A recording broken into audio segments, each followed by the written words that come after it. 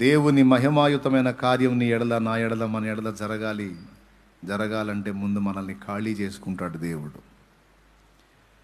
ఎందుకంటే మనం లోకపు చెత్తతో నింపుకొని ఉంటే అందులో దేవుడు తన మహిమను నింపలేడు.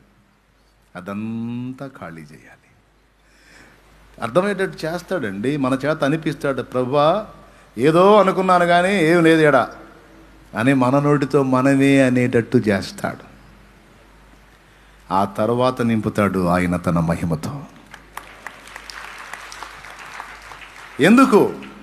ఎందుకు అంటే నంబర్ 1 దేవునికి మహిమ రావాలి. నంబర్ 2 నీ ఎడల దేవుడు జరిగించిన కార్యాన్ని చూసి అనేకులు విశ్వసించాలి. ఈ 2 కార్యాలు జరగాలంటే దేవుడు నిన్ను నన్ను మనల్ని ముందు ఖాళీ చేయాలి. ఎంత ఖాళీ అయిపోతామో అంత నింపుకుంటాడు ఆయన మహిమని. అంతే.